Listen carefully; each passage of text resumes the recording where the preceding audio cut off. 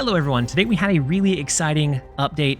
We had the release of Copycat, which was a very looked forward to card. It's very much a good card, and it will likely be able to slot into a lot of decks very easily. We also had the release of Deadpool's Diner, which I spent a lot of my early time on stream on. We're also going to be live again tomorrow morning, so if you didn't catch out the stream and you want to, twitch.tv/TLSG Snap, I'll be live tomorrow morning all day. We're going to be live all day, and we're looking forward to having a really fun stream. Hopefully we can maybe unlock Cassandra Nova, but if not, we have other ways that we can play. But as far as today, we have a Copycat build. Copycat is a 3-cost, 5-power card, which just bare stats is good value. It's a good tempo card, but it also has the ability, when you draw this card, steal the text from the bottom card of your opponent's deck. So not copy, not match, it is steal. So you turn their card, whatever it was, into a vanilla card. It's essentially like you rogued that card, but they may not ever know that you did it. And so you can hold the Copycat until it's advantageous for you to play it. Sometimes you're going to know that they can't possibly draw into a null, and then that gives you better avenues for finding outs instead of hoping or thinking, what if they have the Shang-Chi? What if they have the null? If you have that in hand, you know that it was at the bottom and they couldn't have possibly drawn into it. And so sometimes she's going to end up being phenomenal, like a Red Hulk. Other times she's just going to be a 3/5 that maybe sits in your hand because it ends up being a Destroyer or a MODOK, but you have that valuable information to utilize. The rest of the deck is looking at ways to counter the opponents. We have a lot of Arishem builds. We have a lot of scaling builds with like Thena, Angela. We have a lot of bounce builds, believe it or not. We have like the Black Swan bounce, and being able to drop tempo against that deck is so difficult. Ghost is here to save the day on that one. We have Killmonger hidden behind maybe an Invisible Woman, can take away a lot of their upside and turn it into your upside instead. We have the Hawk teched into this deck. We only have Korg built into it, so most of the time Hawk is going to be a relatively low play, but against all of the waves of Arishem we're seeing, Hawk is always a safe bet. You can hide it behind your Invisible Woman lane, and then you're just focusing on how to win one other from there. We have the Shadow King, which has so much value right now with how many cards can scale in this game. We have Shang-Chi. Again, a lot of times people are going to be floating a lot of high power plays out. Shang-Chi can pay in dividends. And then to finish off the build, we have the Hammer Bros. We have Thor, Beta Ray Bill, and Jane Foster. They are kind of power presences of their own. Even if you don't get the hammers in hand, your opponent has to respect the fact that you could potentially have it, and you could be pumping a lot of power into those lanes. And so it's hard for them to just know exactly what to put into a lane and then focus on the other one, which can lead to potential misplays and potential big cube equity games. And so we're going to keep the explanation relatively short. Thank you guys, as always, for being here. We're going to jump over into a couple of games.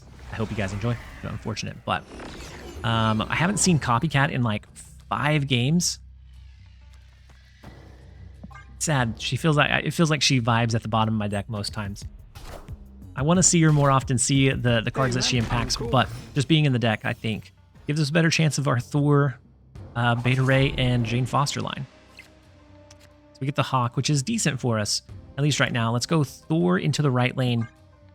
That'll shuffle in a Mjolnir. We have Jane Foster to pull it out on 5 if we don't draw into it naturally.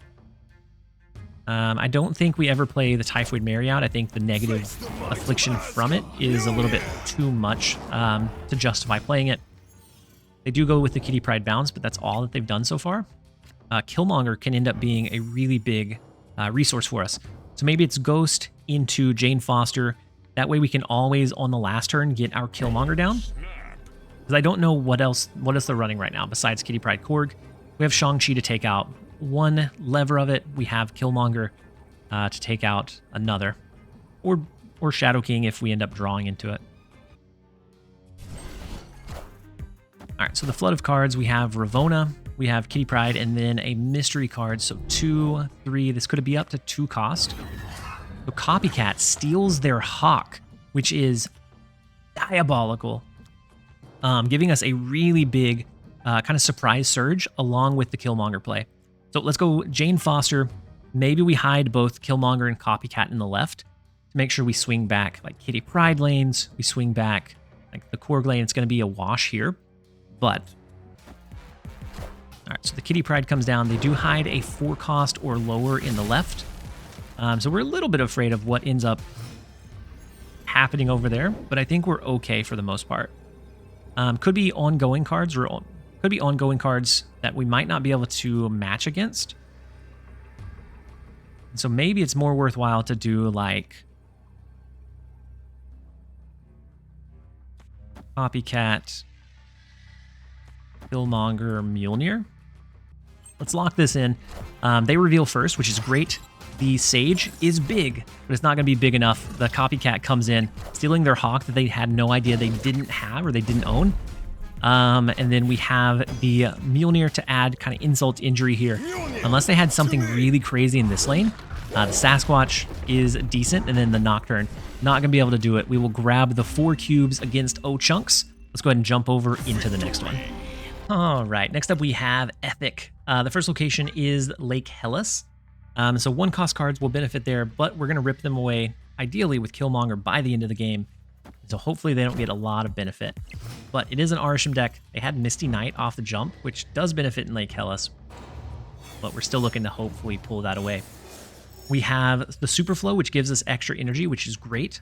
We also have Hawk and Invisible Woman, which allows us to play out our Invisible Woman into a Hawk early, which is so detrimental to an Arishem deck. Because a lot of times they're going to want to use Rogue or Shang-Chi or something to rip away that power.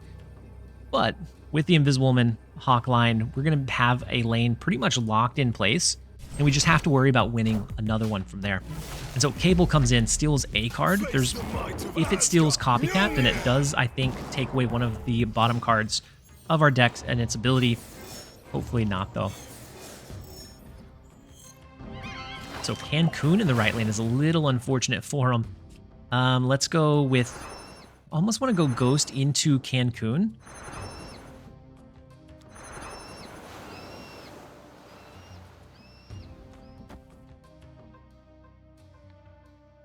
On turn 4, we can go Jane Foster.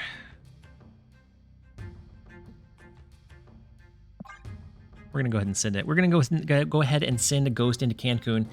Just because we don't want to play in the Superflow. Hey, you found a rook. Hey, the Cable that stole Copycat stole Korg, which ended up being fantastic for them, right?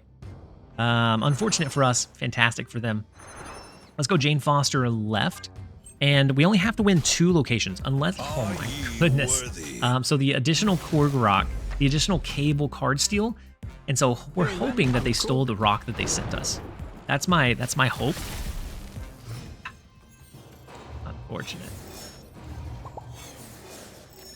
They got our Mjolnir. Unfortunate. So we do have Hawk, which ends up being really big in the Superflow. We could do something like Invisible Woman Shang-Chi. Opponent snapped. Now, if they rip away Cancun, we're in a world of hurt. If they do an Eliath, we're in a world of hurt. But for all of the bad, I doubt they're going to expect us to have a Hawk. And so Blob in mid. Oh, look at this. We have the Shang-Chi primed and ready. We also have Shadow King that we could potentially go if we wanted to. But I think instead we're going to go Hawk left. If they do an Eliath, then they probably would want to do it mid to protect whatever this is. If they do it left, then Shang-Chi's going to rip this one away. This becomes 0. This becomes 14. We win the point differential. That's my hope. And so Scarlet Witch in Cancun is treacherous.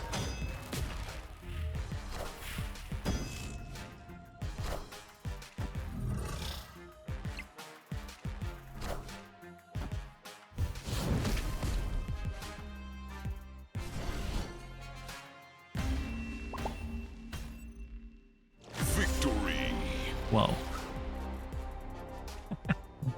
We were just watching it play out, assuming that we lost. But it comes down to a tie here.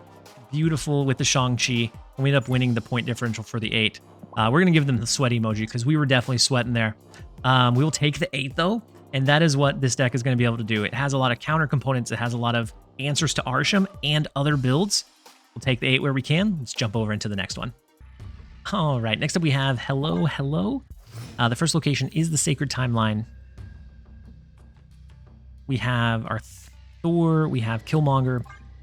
We have Hawk as well, which is going to be good against your Arishem matches, especially if you end up hiding it behind, like, your Invisible Woman can be protected in that lane. So Throne Room might be one that benefits from us kind of pushing those higher power potential cards. I am going to play Thor over there for now.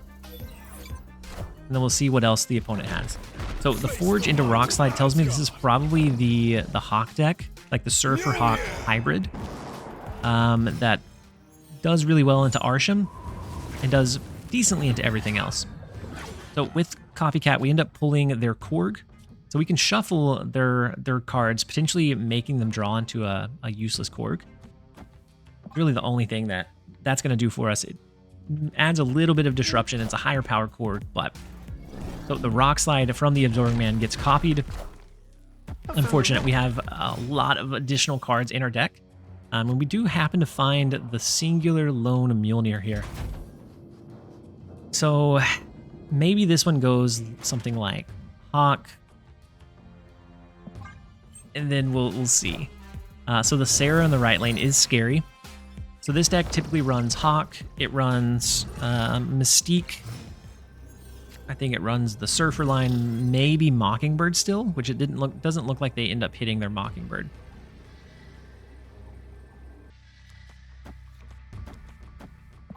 We're going to do this and hope. We're going to do Invisible, and we're going to hide our Killmonger in case they play any one-cost cards. And then we'll see from there. So the Cosmo on the right is fine. The Silver Surfer in mid bumps up mid by 4, but I think that's also fine because we're not intending to do the Mjolnir to the right. Killmonger comes down. We have the lead in mid, and then Thor should be able to solo the right lane because of the Throne Room. We'll be able to steal that one back, and we are able to hold down the 2 cubes. The Copycat didn't do anything huge that we know of. They may have drawn into that rock that we shuffled, and then drawn into Korg, and then they had 2 essentially dud cards that aren't serving them any kind of purpose. We don't know that for sure, but overall, still good value on the board. Made them have to at least respect this left lane, and we'll take it. Let's go ahead and jump over into the next one. All right, next up we have Gabriel Crawler. The first location is Xandar. We have Invisible Woman to use on 2, so we could either hide our hammers, we could hide maybe the Hawk, maybe we hide something good with Copycat behind the Invisible Woman lane. So Zabu comes into the left. This is an Arishem deck, so they could already play a 4-cost on, I guess on 3. They can play it on 2 now, which is kind of crazy. The Invisible Woman Shadow King can do some really good things for us here. Shang-Chi. Against Arishem, we have to be looking out for those potential plays. And so we're going to go ahead and hide the Invisible Woman now. And then I think we do Thor over to the right. We have the Jane Foster. We have Asgard, which is great. Maybe, depending on what we draw, next turn may just be like a ghost play into Asgard, which is good, just raw value. But outside of that, it's not much more. And Loki from them is not going to be great. It could hit Hawk, but that's not fantastic. I don't think Copycat does anything for him. The Rogue, the Killmonger, none of those are going to be great. And so we do have our Hawk here that we could maybe hide in Nova Roma. On 5, if we maybe draw into the hammer naturally, or if we end up not going with Jane Foster. I think having the surefire win lane in the Hawk is great. And then Ghost is going to allow us to maybe position Shang-Chi, Shadow King elsewhere to make sure that we win that lane as well. All right, so the double drop, the Invisible Woman copy in mid, and the Hawk in the right lane is big, but we have a potential rogue that could maybe steal it away. Otherwise, the Shang-Chi is... I mean, we could line it up this turn, right? But Hawk is typically not gigantic. Maybe we hide the Hawk in mid. Even if they have Invisible Woman here, ours will reveal last, or it should, because of Ghost, I believe. And so we're just going to hide the Hawk in mid for now, because we do have Mjolnir in hand. So we don't necessarily need to push there. We just need to be able to push to win Asgard. And so having something like Shang-Chi, I think, could do it for us. Shang-Chi, Shadow King, Mjolnir to the left. As we reveal last, something like a Goliath could be very scary. Otherwise, I think we're pretty comfortable here. We're going to lock this in. Ghost gives us so much value in what we can do and kind of flexibly playing our cards without having to worry about trying to drop initiative. All right, so the drop in left, that's big with the Red Skull, and then they triple stack in mid. And so the Shang-Chi, the Shadow King, the Mjolnir coming in, so that gives us the win in the right lane as long as they don't have like Rock Slide and other craziness in Nova Roma. So the Killmonger comes in, doesn't take out anything in mid, the Rocket, and then the Ghost coming in of their own. We have Hawk that will go way over the top of whatever that can do. The Thor in the right lane gives us the win over there. We will gladly take the 2 against Arishem any day. Let's go ahead and jump over into the next one. All right, next up we have Skibidi. We start out with Copycat, and it hits their Ant-Man. It's not huge, but that's a 9 power 3 cost card, as long as we cap out that lane. And they don't know they're not going to get Ant-Man. And it gives us a little bit of information about like having value in a potential Killmonger play. And so I think it gives us a decent amount of information here against good old Skibidi with the... I mean, if your name was going to be Skibidi, I think that avatar fits incredibly well. So the White Hot Room, we can play into Hotel Inferno here.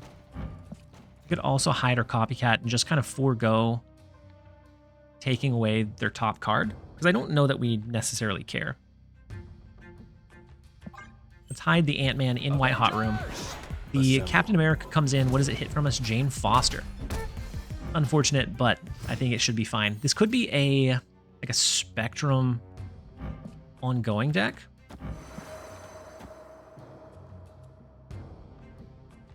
We have Rogue to steal an ongoing card. We can also cap out the White Hot Room this turn and be able to get +3 energy for the remaining. Or we can do something like Korg, just have the Ghost hidden behind Invisible Woman. That way next turn maybe we hide a Hawk if we thought that this lane was going to be pretty impactful. But we're going to go into this lane heavily. We'll have the extra +3 to use, and we'll see. So Colossus, Armor, none of those are looking fantastic, honestly. We did hide our Ghost, so Killmonger would have to be like on the turn of.